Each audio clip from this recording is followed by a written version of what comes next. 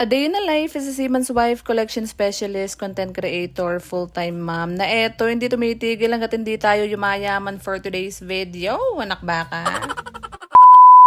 Alam nyo, kahit naka-work from home na nga ako mga mare, dumarating talaga yung araw na tinatamad talaga akong pumasok pero wala tayong magagawa sa tayong alipin ng salapi.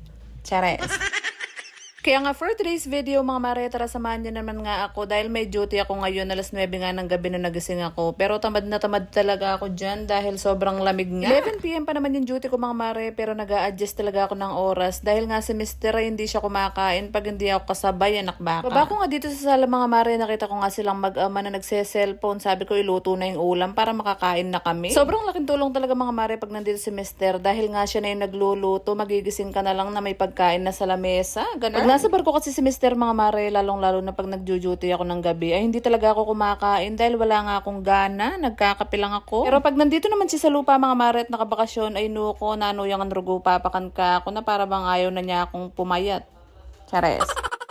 So yun na nga, going back, 9:30 PM na nga nag-start kami kumain mga mare. Longganisa nga yung ulam namin at yung tirang tilapia nga kanina. Dahil longganisa at pritong isda yung ulam mga mare, hindi nga rin mawawala yung sukang manyaman na nabibili nga namin sa O-Save dahil sobrang sarap nga nun at maanghang na rin siya. Marami nga nagtatanong sa akin mga mare, lalong-lalo na yung mga bagong followers ko na kung ano raw yung trabaho ko dahil buti nga at naka-work from home ako kahit nakasiman yung asawa ko, nakbaka. Para masagot yan mga mare, isa akong collection specialist na naniningil nga kami ng mga credit cards na mga nag-pass doon at na-charge off, ganun. Hayaan yung mga mare, gagawin ko ng video kung ano yung mga ginagawa namin sa trabaho para nga magka-idea rin yung iba nag-PPM sa akin. So yun nga, fast forward nga mga mare, nagluto nga ako ng bagoong at pinagprito ko nga si Mr. ng isda, tsaka ng nilagang talong, okra, tsaka ng talbos ng kamote dahil nag-crave nga ako nito. Ito talaga yung klase ng ulam mga mare na hindi ko nga pagsasawaan kahit paulit-ulit ko nga kainin. Ay nuko, sobrang sarap talaga nito. Nandito talaga si Mr. nakabakasyon mga mare, wala talaga kaming ibang banding kundi manood ng Netflix, kumain, tas uminom, paminsan-minsan, ganun. Tapos magrereklamo yan siya na hindi nakasya yung damit niya na medyo lumapad daw siya, nuko.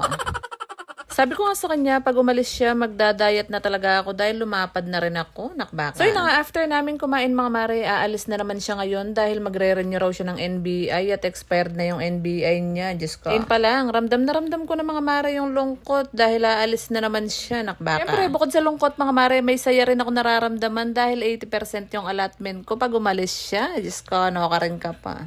Chares. Minsan nga, binibiro ko siya na wala na kaming pera kaya lumayas na siya para makapagpadala na siya ng allotment niya. Chares.